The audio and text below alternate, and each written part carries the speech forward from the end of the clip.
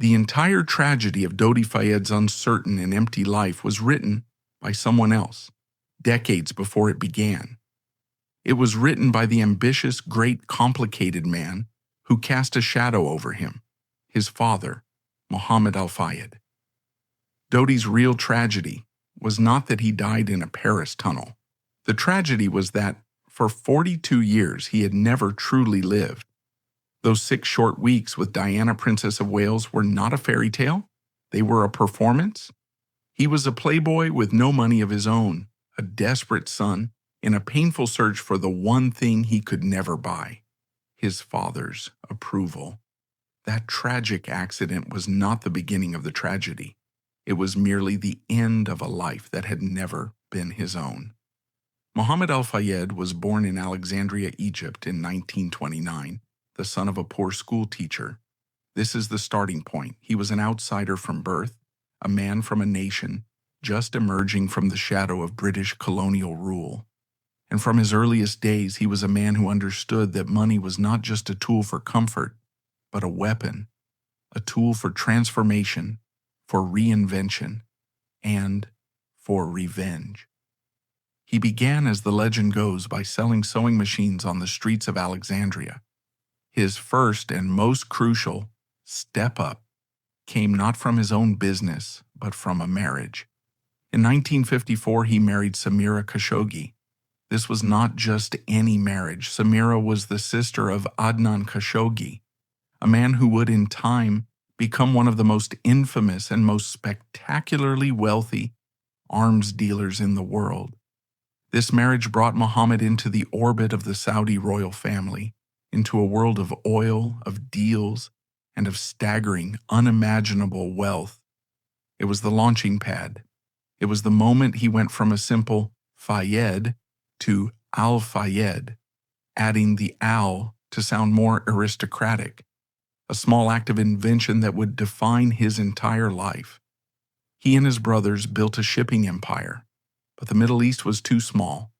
His eyes were fixed on the one prize that, for a man from a former colony, represented the absolute pinnacle of establishment: Great Britain. Mohammed Al-Fayed didn't just want to be in Britain, he wanted to own it. He was an Egyptian, and he was going to buy the crown jewels of the empire that had once ruled his people. And, in a breathtaking display of wealth and audacity, he did. He bought the Paris Ritz, the most glamorous, most storied hotel in the world. He bought Punch magazine, the historic beating heart of British satire.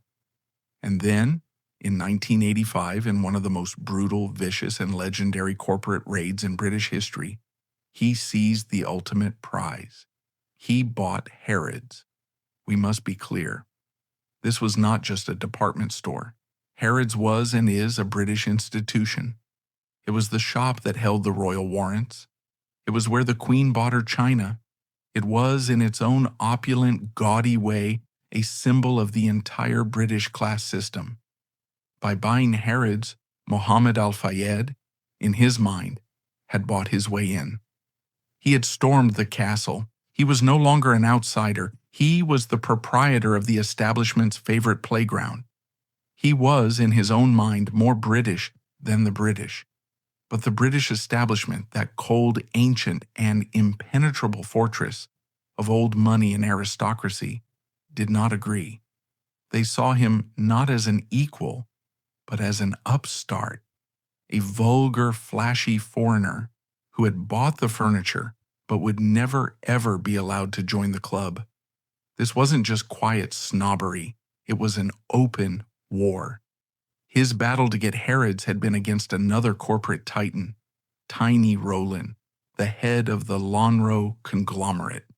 Their feud was public, personal, and profoundly ugly. It was a war of spies, of private detectives, of allegations and counter-allegations. And in the end, Al-Fayed won. But in doing so, he had made an enemy of the British government. The government launched an inquiry, a DTI investigation into the takeover. The official report, when it was finally published, was devastating. concluded in the driest, most brutal language of the British state that Muhammad al-Fayed and his brothers had dishonestly misrepresented their origins, their wealth, their business interests, and their resources to the government and to the public. They had, in short, lied. This was the bullet. This was the wound. This report, which he would spend decades fighting, calling it the big lie, became the legal official reason for his ultimate rejection. The British government, the very establishment he was desperate to join, had branded him permanently as a liar, and so they refused his application for a British passport, not once, but twice. This was the final devastating act of rejection. It was a humiliation he would never, ever forgive. This rejection became the defining obsession of his life. It was no longer about money. It was about respect. It was a declaration of war. He believed, with the burning hot paranoia of a man wronged, that he was the victim of a racist. He was born to inherit one of the most powerful thrones on earth, destined to be the absolute ruler of the sprawling Austrian Empire. Yet he is remembered by history, if at all, as a simpleton, a puppet, and a ghost in his own palace, crushed by the ambitions of his own wife and son. At the single most critical moment, with his empire in flames and the crown offered to him on a platter, he did the unthinkable. He refused. His name was Archduke Franz Karl. How did the man who held the fate of Europe in his hands become a powerless footnote? And how did this one act of surrender, this great escape from duty, set in motion the chain of events that would ultimately lead to the annihilation of his entire dynasty? His crushing was inevitable. Franz Karl was a man trapped between two irreconcilable realities: the simple, peaceful world he desired, and the brutal, dying empire he was born to rule. The Austrian Empire of the early 19th century was a vast, sprawling, and deeply troubled entity. It was an empire of contradictions, a mosaic of dozens of nationalities, languages, and religions, all held together by the iron will of the Habsburg crown and the suffocating bureaucracy that served it. This was the Old Guard, a world forged in the fires of the French Revolution and the Napoleonic Wars. Franz Karl's father, Emperor Francis I, was a man traumatized by his times. He had witnessed the execution of his aunt, Marie Antoinette. He had fought and lost devastating wars against Napoleon, ceding vast territories, and even being forced to marry his own daughter, Marie-Louise, to the French usurper. These experiences forged in him a paranoid, almost pathological conservatism. He saw the ideals of the Enlightenment, liberty, equality, fraternity, not as progress, but as a plague that would dissolve his realm. His solution was to turn the Austrian Empire into a fortress against new ideas. This era, known as the Biedermeier period, was characterized on the surface by a retreat into domestic life, art, and simple pleasures. But this was a facade. Beneath this veneer of peacefulness lay the iron grip of the state, engineered by the true master of Austria, Prince Clemens von Metternich. Metternich, the foreign minister and later state chancellor, was the architect of this conservative order. He established one of the most sophisticated police states in Europe. A vast network of spies and informants listened in on conversations in cafes, universities, and private homes. Censorship was absolute. Every book, every play, every newspaper was scrutinized for the slightest hint of liberalism or nationalism. Universities were put under strict surveillance, their professors and students monitored, lest they become hotbeds of dissent. Francis I famously said his ideal citizen was not a thinking man, but a loyal subject. This was the world Franz Karl grew up in, a gilded cage of rigid hierarchies, paranoid suspicion, and an enforced suffocating silence. It was an empire that prioritized stability above all else, resisting progress at every turn, a system designed to freeze time. But time, of course, refuses to be frozen. The threats to this brittle order were growing, both from without and within. Externally, the Napoleonic Wars had redrawn the map of Europe, and more importantly, had unleashed the potent, unstoppable force of nationalism. Within the Austrian Empire, this was a ticking time bomb. The Hungarians, with their proud, distinct history, chafed under Viennese rule. The Italians in Lombardy, Venetia dreamed of a united Italy. The Czechs in Bohemia, the Poles in Galicia, the Croats in the south, all were beginning to awaken to their own national identities, their own languages, and their own desires for autonomy. The empire, which drew its strength from its diversity, was now being threatened with dissolution by that very same diversity. The internal threats were just as grave, and they struck at the very heart of the dynasty, its blood. The Habsburg practice of inbreeding had become a catastrophic liability. This leads us directly to Archduke Ferdinand, Franz Karl's older brother. It is difficult to overstate Ferdinand's incapacity. His condition was an open secret. He suffered from frequent and severe epileptic seizures. He had hydrocephalus, or water on the brain, which left his head enlarged. He spoke with a severe speech impediment that made him nearly impossible to understand. While good-natured, he was known as Ferdinand the Benign. He was, for all intents and purposes, intellectually disabled. He famously, upon being told he couldn't have his favorite apricot dumplings because they were out of season, shouted at his cook, "I am the emperor, and I want dumplings." It was a scene that perfectly captured the tragic absurdity of his reign. When Emperor Francis I died in 1835, the ascension of Ferdinand I was a disaster. It created an immediate power vacuum, the place where British princes, from William and Harry to Prince Hussein of Jordan, would one day train. This was, in Muhammad's mind, the final piece of the puzzle. His son Dodi would become a British army officer. He would be a gentleman. He would be indistinguishable from the aristocracy. He would, in a single uniform stroke, erase the stain of the Egyptian outsider. Dodi, ever the dutiful, terrified son, went. He was enrolled at Hurstpierpoint College, a British military prep school, to prepare him for the real thing. And he could not adapt.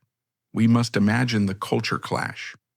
Dodi, the Prince of Larosi, a boy raised in Gstaad, was suddenly thrust into the cold, muddy, and brutal reality of a British military school. A world of shouting sergeant majors, of rigid conformity. He was psychologically and physically incapable of surviving it. He did not complete the course and never made it to Sandhurst. This was perhaps the first great public humiliation of his life, and it was a devastating blow to his father. He had failed the ultimate test. He could not be the soldier his father wanted. He could not be the British officer. That failure confirmed all of his father's worst fears. His son was and would always be soft. After the humiliation of his military failure, Dodi drifted. He was now a young man in 1970s London. He was in his early 20s. He had no degree, he had no military commission, he had no job, he had no career. He was simply the son. He had to be something. He had to have a title. So his father's connections were called in. He was given a token, no-show job as a low-level attaché at the United Arab Emirates Embassy in London. This was not a real job. It was a fig leaf. It gave him a business card. It gave him diplomatic plates for his car. It gave him an excuse to be in London. And his real job, the one he truly excelled at, began the job of being Dodi Fayed. This was the era of 1970s London, a city of glamour of excess, of a new kind of celebrity. And Dodi became a fixture. His father set him up. He was given a magnificent penthouse flat on Park Lane, in Mayfair, overlooking Hyde Park. He was given a fleet of cars, Ferraris, Rolls-Royces, Bentleys. He was given an almost limitless expense account, an allowance that by some reports would eventually reach over $100,000 a month. He was, in short, given all the props. And his job was to perform. He became a creature of the night. He was a regular at the most exclusive private clubs in the world, places like Tramp and Annabelle's in London, Studio 54 in New York, Regine's in Paris. He was the ultimate host. He would walk into a club, take the biggest table, and order bottles of Dom Perignon for everyone. He would pay the bill, always. He was generous to a fault. He was, as one friend from that time noted, almost pathologically generous. It was the only way he knew how to be.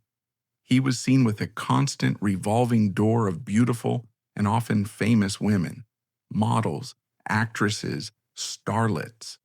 This was not just hedonism, it was a performance. It was a performance for the press to show he was a player. And it was, more importantly, a performance for his father. This is the strange, dark psychology of their relationship.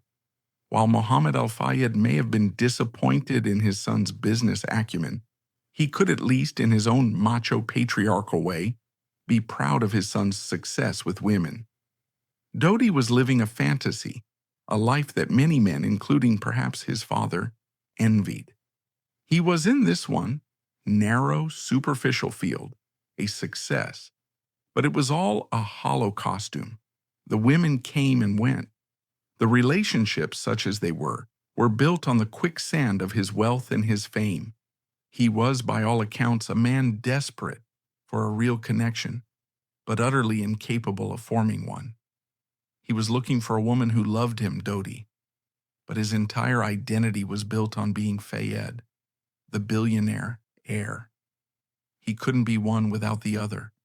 He was a ghost in his own life, a man defined not by what he did, but by who he was, the pharaoh's son. He was a 25-year-old man living in a golden prison, a man whose entire existence was still dependent on a monthly allowance and a desperate daily craving for his father's approval. He was famous for being famous. He was a shadow, and he was, more than anything, desperate to find a world where he could finally be his own man, a world where he could prove to his father and to himself that he was more than just a name on an expense account. He had failed at being a soldier. He had no interest in being a businessman. So he turned to the one place where fantasy is a profession, the one place where a soft man with a dream and a bottomless bank account could perhaps finally become a somebody.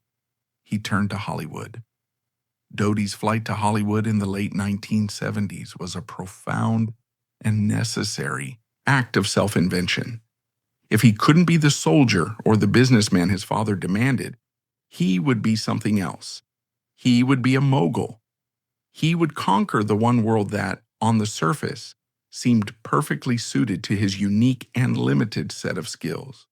This was the Hollywood of the late 70s and early 80s, a world of glamour, of fast money, of beautiful women, a world where charm was a professional skill and connections were everything. This was not a world of blood and iron. It was a world of smoke and mirrors. It was a world where you could invent yourself. It was the perfect stage for a man who had been performing his entire life. With his father's money, he founded a production company. The name he chose was Allied Stars. It was a name of pure, desperate optimism, a name that screamed of alliances and of reaching for the heavens. His father, Mohammed Al-Fayed, ever the pragmatist, saw this as another, albeit less direct, angle to assault the establishment. He himself had dabbled in film. Wanting to be a mogul just as he wanted to be a lord. He funded his son's new venture, giving him an office in London and the vast, almost limitless financial backing he needed to play in the biggest game of all. Dodi set up his office. He began reading scripts. He was officially a producer. At first, Hollywood treated him exactly as he was, a rich kid, a mark. He was a dilettante with a bottomless bank account, a man to be flattered, to be fleeced, to be invited to the best parties in Malibu and Beverly Hills, but never, ever to be taken seriously. He was seen with stars, he was photographed at premieres, but he wasn't in the game. He was just at the game, a man buying the most expensive seat in the house. He financed a few forgettable low-budget films, movies that disappeared without a trace, the equivalent of a billionaire's son buying a few expensive cars and crashing them. He was, as one agent from the time would later note, a sweet guy, a lot of fun, but absolutely 100% a dilettante. And then, in 1980, a script landed on his desk. It was a small, quintessentially British story, a story of two runners in the 1924 Olympics. One, a devout Scottish Christian named Eric Liddell, a man running for the glory of his God. The other, a brilliant Jewish student from Cambridge named Harold Abrahams, a man running to fight the casual, entrenched, and suffocating anti-Semitism of the British establishment. It was a story about outsiders. It was a story about faith, about conviction, and about fighting the system. It was called Chariots of Fire. We will never know if Dodi, in his own soft and intellectually uncomplicated way, truly grasped the script's theological or social depths, but he grasped the one thing that mattered. He saw with the clarity of a lifetime of conditioning the story of Harold Abrahams. He saw a man who, despite his talent, despite his brilliance, was an outsider. A man who was snubbed by the tweed-wearing, aristocratic masters of Cambridge. A man who was told in polite, coded language that he didn't belong. This was not just a story. This was his story. Or more accurately, it was his father's story. This was Muhammad al-Fayed's entire life, encapsulated in a 120-page script.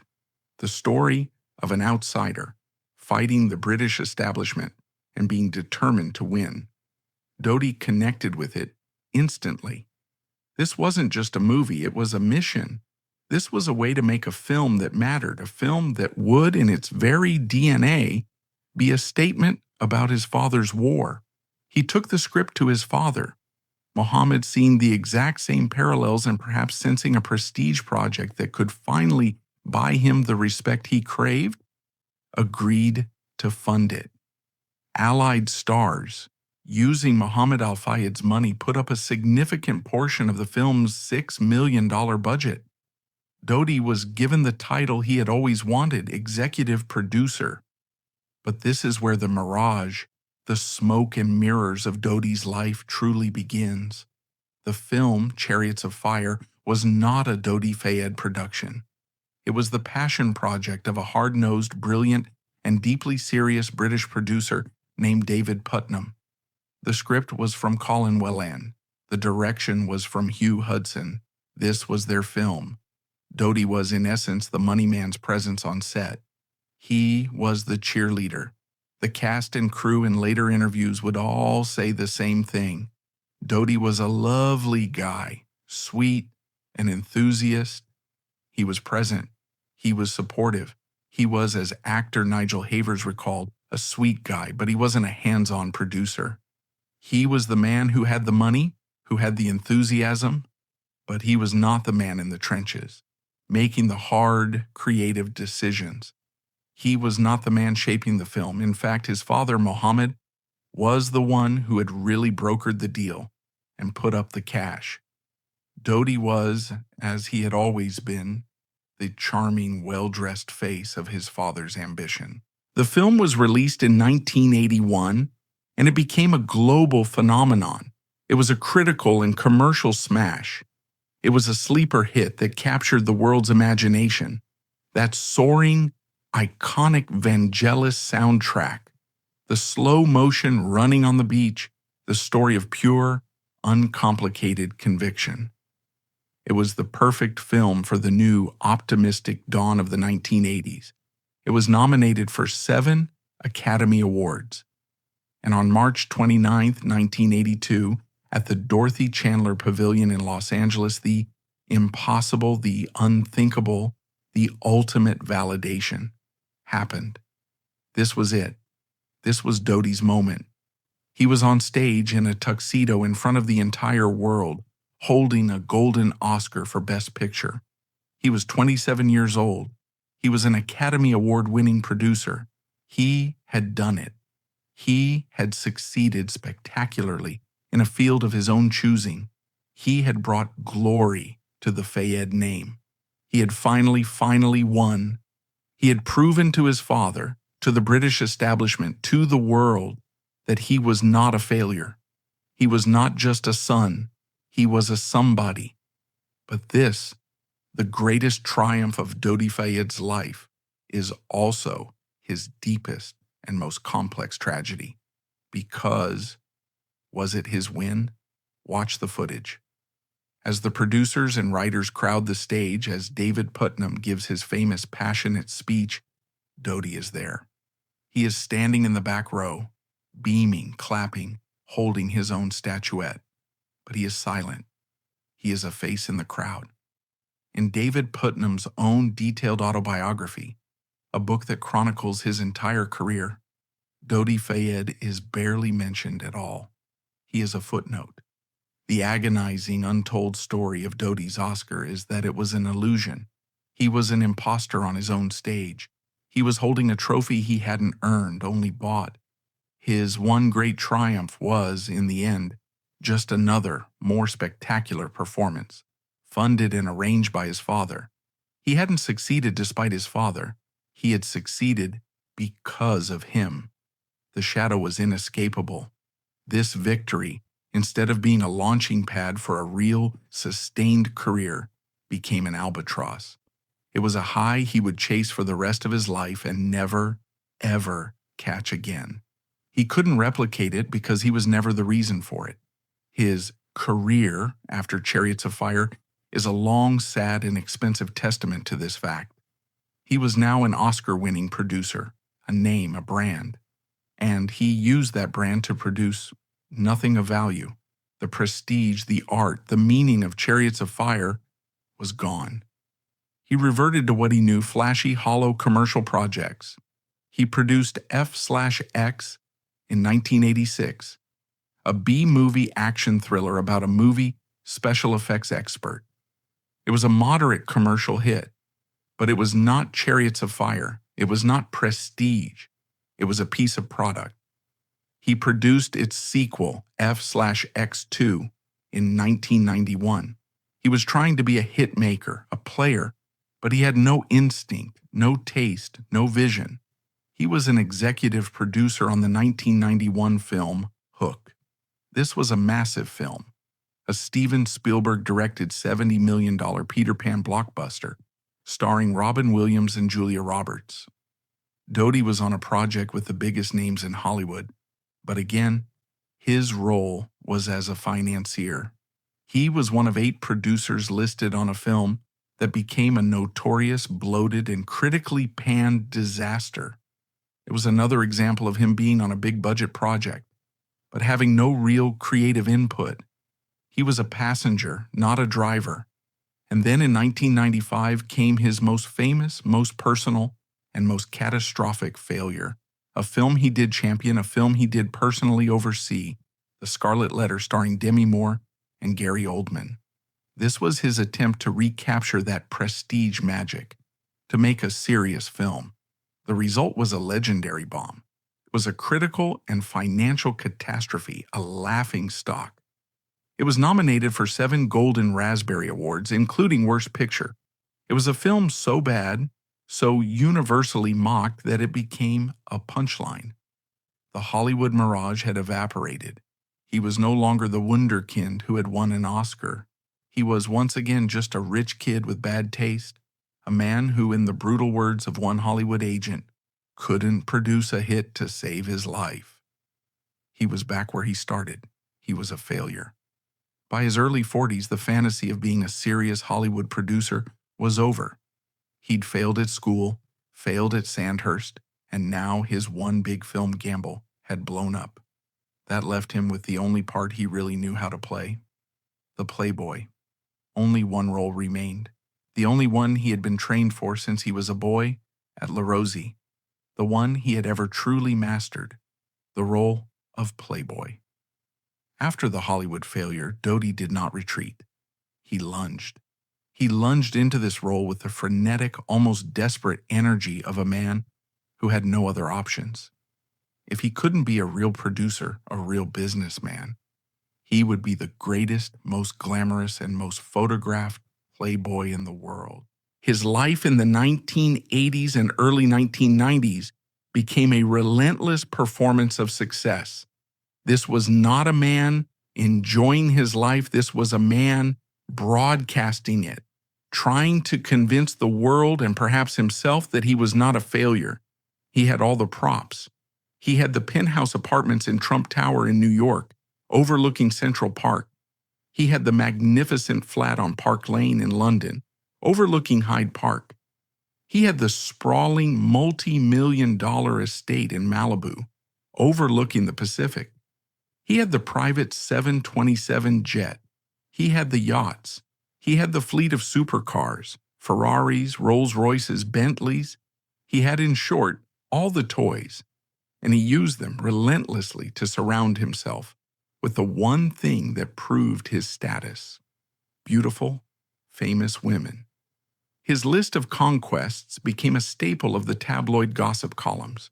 He was linked either truly or just in photographs with a staggering number of models and actresses: Brooke Shields, Julia Roberts, Winona Ryder, Catherine Oxenberg, Tawny Kitaen. He was seen in Saint-Tropez, in Gstaad, in London, and New York, always with a different model on his arm. It looked like pure hedonism, but it wasn't. It was signaling Maui to the press and above all to his father. This is the strange, dark psychology of their relationship. Dodi was living a fantasy, a life that many men, including perhaps his father, envied.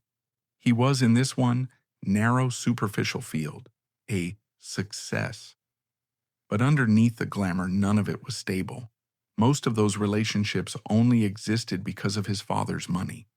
He was generous to a fault.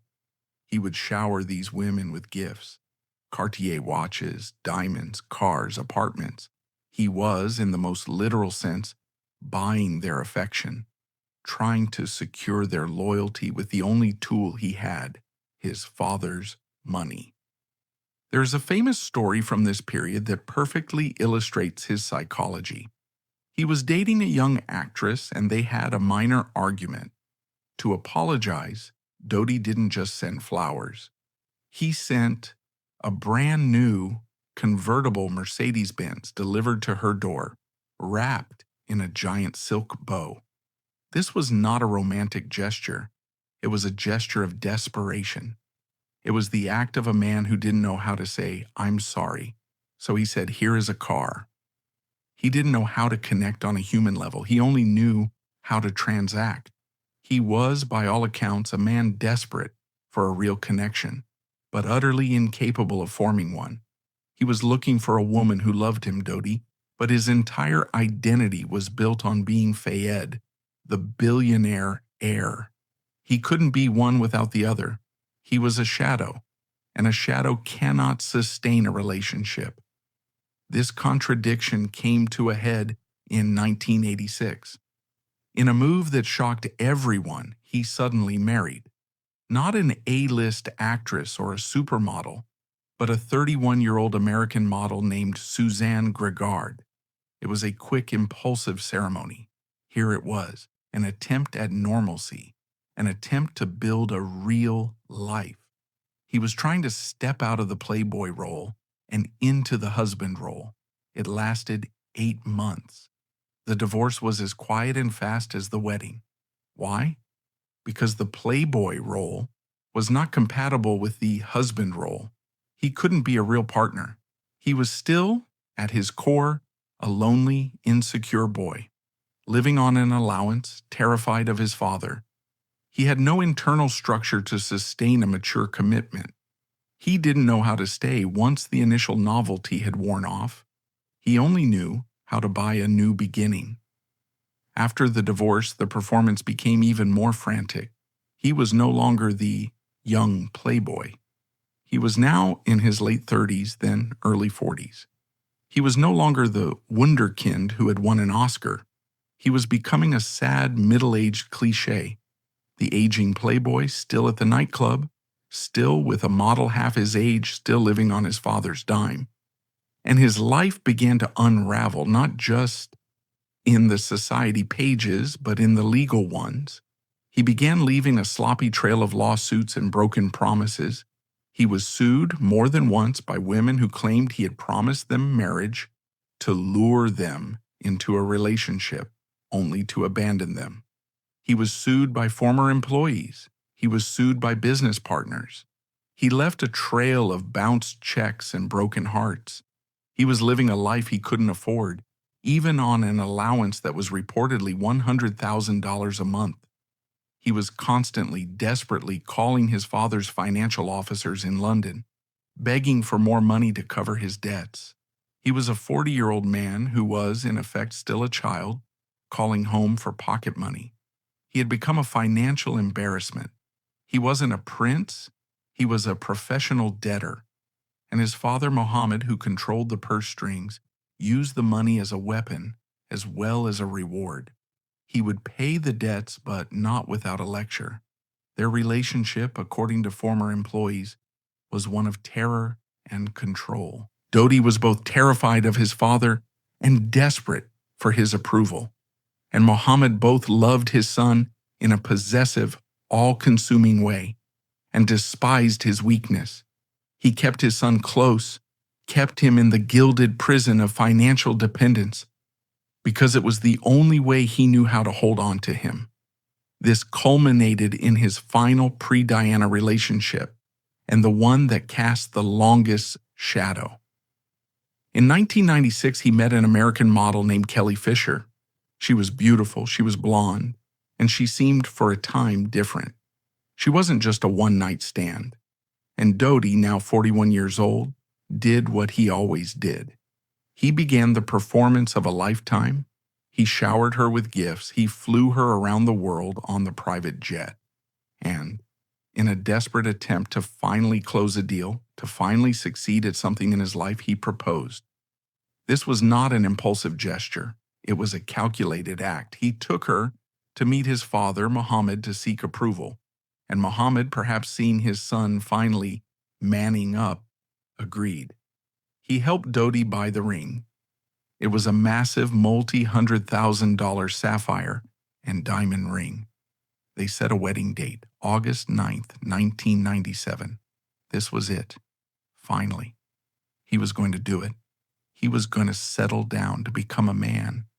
He had even reportedly bought a new house for them in Malibu. This was a done deal. But he was doing it, as always with his father's money, in a house his father had bought, with a ring his father had paid for. And even this, his last best attempt at a real life, was about to be obliterated. It was about to be incinerated by a single fateful invitation. An invitation that would change everything, not just for him, but for the entire world. The summer of 1997. It is one of the most chronicled, most analyzed, and most tragic summers of the 20th century. To understand what happened, we must see the two main characters, not as icons, but as two deeply wounded, deeply human people, both at a moment of profound personal crisis. First, there was Diana. As we've explored in her own story, she was utterly heartbroken. Her secret, 2-year-long relationship with the heart surgeon Hasnat Khan, the man she had called the true love of her life, had just collapsed. He had refused to marry her. He had, in her view, rejected her, unable to cope with the suffocating madness of her fame. She was, according to her friends, distraught, feeling unlovable and consumed by a cold, desperate fury. She was a woman in pain, looking for a way to prove that she was, in fact, still the most desirable woman in the world. And then there was Dodi. He, too, was in the midst of a relationship collapse, albeit a far less romantic one. His engagement to Kelly Fisher was disintegrating. He was supposed to be getting married on August 9th, but he was getting cold feet. He was once again trapped in a grand gesture he couldn't see through. He was, as always, lost. These were not two happy, stable people. These were two of the most privileged, yet most damaged people on earth, both adrift, both heartbroken, both looking for something, and that something was provided by the pharaoh. Mohammed al-Fayed saw his moment. He had been a peripheral friend of the princess's for years. He had met her and Prince Charles at polo matches. He saw himself in her. He, too, was an outsider, a victim in his mind, of the same cold, racist British establishment that had rejected her. They were, in his view, fellow sufferers. In early July, he played his ace. He invited the grieving, newly single Princess of Wales to join him and his family for a holiday at his villa in Saint-Tropez. He offered her the one thing she craved, and the one thing Hasnat Khan could never provide: absolute, total billionaire-level security. He offered her his 200-foot, multi-million-pound super yacht, the Jonacol. He offered her his private army of security guards. He offered her an impenetrable, sun-drenched escape. Diana accepted. She brought her sons, William and Harry, for what would be their last holiday with her. And who did Mohammed al-Fayed call to come and host the princess? His son, Dodi. Dodi, who was supposed to be in America with his fiancée, Kelly Fisher, was summoned by his father to the south of France. His duty was clear: entertain the princess. This is the key. The relationship was not Dodi's idea. It was Mohammed's. It was the father, the ultimate puppet master, putting his two most prized acquisitions, his son and his new friend, the princess, together. It was an arranged corporate-style merger, and on the sun-drenched deck of the Jonacol, in that floating fortress of luxury, the inevitable happened. The two most famous, most hunted, and most wounded people in the world found each other. It was a collision of shared trauma. They were two children of privilege, both of whom had lived their entire lives in the shadow of impossible, emotionally distant parents. They were two people who had never been allowed to have a normal life. They were two outsiders. She, the insider who had been cast out. He, the outsider who had never been let in. They bonded, as one biographer noted, in their mutual bottomless need for approval. For Diana, this was the ultimate rebound. It was an intoxicating and deeply self-destructive performance. Hasnat Khan, the man who had just rejected her, was poor, private, and dutiful. Dodi was the anti-Hasnat. He was fabulously wealthy. He was shamelessly public. And he said yes. He said yes to everything. She wanted a gift. He bought her a Cartier watch. She wanted to fly to Paris. The jet was waiting. He was a balm to her rejected ego. He was a man whose entire life had been a training ground for this moment, to cater to the whims of a beautiful, powerful woman. For Dodi, this was not a rebound. This was his coronation. This was it. The moment his entire flawed 42-year life had been leading to. He wasn't just dating a celebrity. He wasn't just dating a model. He was dating the Princess of Wales, the mother of the future King of England. He was, in one single brilliant move, about to give his father the ultimate prize, the one thing the pharaoh could never get. He wasn't just in the establishment. He was, through her, above it. He was succeeding where his father had failed. He was, at last, the son his father had always wanted. He was, for the first time in his life, winning, and the world was watching. The summer of Diana became a global obsession. The paparazzi descended on the south of France in a fleet of boats, their long lens cameras all aimed at one target, the Jonacol. And then the photo came, the kiss. A grainy stolen shot of Dodi and Diana embracing on the yacht, sold for a reputed six-figure sum. The world went insane, and Dodi, for the first time in his life, was the star. He was the leading man in his own movie, and it was the biggest movie in the world. He loved it. While Diana, according to her friends, was using the press, Dodi was believing it. He was, at last, a real-life producer of a global blockbuster. He was no longer the son of. He was the man who.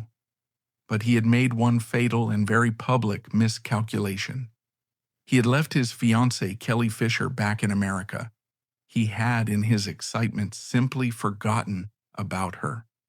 When she saw the pictures of her fiancé kissing the most famous woman in the world, she was humiliated. And she did what the women in Dodi's life so often did. She sued him. The headlines were brutal.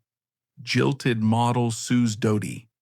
She held a tearful public press conference, waving her massive sapphire ring, claiming he had jilted her for the princess. This should have been a moment of profound humiliation for Dodi. But in the vortex of 1997, it was the opposite. It added to his legend. He was the man who had dumped a supermodel for the Princess of Wales. He was no longer just a playboy. He was a kingmaker. He was, in his own mind, invincible. The whirlwind romance lasted just 6 weeks. It was a fantasy played out on the front pages of the world's newspapers. A brief trip to Greece, then to Sardinia. All the while, the chase was escalating. The paparazzi were no longer just observers. They were participants, a hunting pack, and the bounty on a clear shot of the couple was rising into the millions. Dodi, high on the adrenaline of his newfound status, believed he could control it. He was a producer. He understood this world. He would fly them in the Fayed private jet. He would host them at the Fayed-owned Paris Ritz. He would drive them in Fayed-owned cars, protected by Fayed-employed security. He was in his father's world, and in his father's world, he was safe. Their final day, August 30th, 1997, was a study in chaos. They flew from Sardinia to Paris, arriving at Le Bourget Airport. Their plan was simple: have a quiet dinner and then go to Dodi's magnificent Parisian apartment just off the Champs-Élysées. But from the moment they landed, the plan fell apart. The paparazzi were everywhere, a swarm of motorcycles and cars, aggressive and relentless. They tried to have dinner in the main dining room of the Ritz, the l'Espadon, but the other diners, and even some of the staff, were staring, whispering. Diana, who could handle a crowd but hated the feeling of being a zoo exhibit, was distressed. They retreated to the imperial suite. Dodi, the great provider, was failing. He was losing control. His world was not, it turned out, impenetrable. He made a new plan, a secret plan. They would sneak out the back of the Ritz, using a decoy car out front, and be driven by a hotel security man, Henri Paul, to Dodi's private apartment. It was a plan born of desperation, and it was, from start to finish, fatally flawed. Henri Paul, the Ritz's acting head of security, was not a trained bodyguard. He was a hotel employee. And, as the world would later learn, he was also heavily intoxicated with a cocktail of prescription drugs and alcohol in his system. This leads to the central agonizing controversy of Dodi's final hours, the ring. Earlier that day, Dodi had been seen on CCTV footage at the Riposi jewelry shop off Place Vendôme, right by the Ritz. He was there alone for several minutes, looking at a specific piece. He later returned with Diana for a brief moment. After she left, he returned again and made a purchase. It was a diamond engagement ring from a collection called Dis-moi oui, Tell Me Yes. According to the Fayed version of events, the ring was sent to the imperial suite later that day. This is the $1 million question. Was Dodi Fayed going to propose to Diana, Princess of Wales, that night? Argument 1, the one passionately and violently defended by Mohammed al-Fayed, is yes, this was true love. They were, he claimed, engaged. They had picked out the ring together. They were in Paris to finalize their new life. Mohammed would later claim in his anguish that Diana was even pregnant with Dodi's child. This was, in his mind, the ultimate union, the joining of his dynasty with the royal one. Argument 2, the one held by almost all of Diana's closest friends, Rosa Monckton, Lady Annabel Goldsmith, is absolutely not. Diana, they insist, was not in love with Dodi. She was on holiday. She was having fun. She was, more than anything, still mourning her breakup with Hasnat Khan. The idea of her marrying Dodi Fayed was, to them, laughable. She was not, they say, a woman who had just gotten engaged. She was a woman who was on the rebound, who was having a wonderful summer, and who was due to return to London in 2 days to see her sons. So what was the ring? This is the tragic heart of Dodi's psychology. Was it a real proposal? Or was it, like the Oscar, like the models, like the Malibu house, another performance? Was it the ultimate grand gesture, the act of a man who had been trained to buy love, to secure a relationship with a grand, dramatic, and expensive prop? We will never know if he gave it to her or what she said.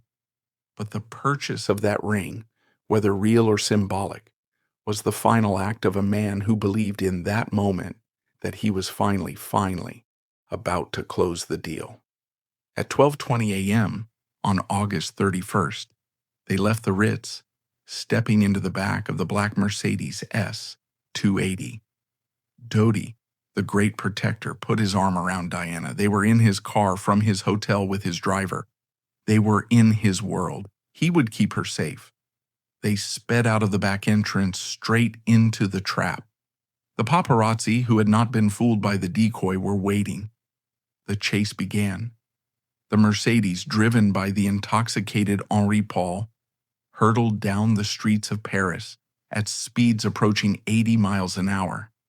It rocketed into the Pont de l'Alma tunnel. It swerved to avoid a slow-moving Fiat. It lost control. The car slammed head-on into the 13th concrete pillar. The sound, according to witnesses, was like an explosion. Dodi Fayed, the man who had everything, was killed instantly. The impact for the front seat passenger was catastrophic. Diana, in the back, was catastrophically injured. The one man who survived, the bodyguard, Trevor Rees-Jones, was the only one wearing a seatbelt. Dodi's story, which he had tried so hard to write as a Hollywood blockbuster, had ended abruptly as a brutal, real-life tragedy. The death of Dodi Fayed is not a simple story. It is a story that in the years since has been buried under an avalanche of conspiracies fueled almost entirely by the profound, inconsolable grief of his father. Mohammed al-Fayed could not and would not accept that his son's death was a simple, tragic accident. It couldn't be. In his mind, his son had won. He had captured the heart of the princess. He had beaten the establishment.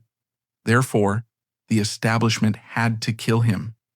This was the birth of the conspiracy, the one that Mohammed al-Fayed would spend the rest of his life and hundreds of millions of dollars trying to prove. He claimed in open court that his son and Diana were murdered, that it was a plot orchestrated by Prince Philip, the Duke of Edinburgh, and carried out by M16, the British Secret Service. Why? Because in his words, the British establishment could not accept that an Egyptian Muslim could eventually be the stepfather of the future king of England. This theory, which has been exhaustively investigated and completely, utterly debunked by both French and British authorities, is perhaps the final tragic chapter of Dodi's story. Even in death, he was not his own man. He was a pawn in his father's war against the establishment. His memory was sacrificed for his father's obsession. But Dodi's true significance is not in the conspiracy. His true significance is as a cultural symbol. He is a tragic, almost Shakespearean figure, the son who could never escape his father's shadow, the prince of nothing, who was crushed by the weight of an unfulfillable expectation. He is the ultimate cautionary tale of the gilded cage. His life stands as a testament to the fact that money cannot buy identity, that privilege is not the same as power, and that a life lived in the service of someone else's ambition is, in the end, not a life at all. He and Diana were, in this one, crucial way, perfect mirrors. They were two people, suffocated by the roles they had been born into, who briefly and fatally tried to escape with each other. So, how should history remember Dodi Fayed? He is not the two-dimensional playboy of the headlines. He is not the romantic hero his father tried to paint. He is, in the end, a far more human and far more tragic figure. He was a man who spent 42 years and countless millions of dollars trying to buy an identity he could never earn. His entire life was a performance, a search for a director, a script, anything that would tell him who he was supposed to be. He tried to be a soldier, a producer, a husband, a playboy, and finally, a royal consort. And he failed at them all. His one fleeting 6-week moment of success, his summer with Diana, was the very thing that killed him. He was a man who craved the spotlight, and in the end, he was consumed by it, killed by the very machine that he thought was finally making him a star.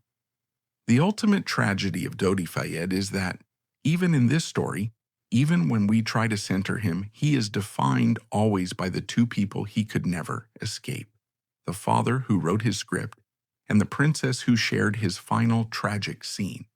He is remembered exactly as he lived, as a man who was, in the end, a supporting actor, a footnote in someone else's much larger story.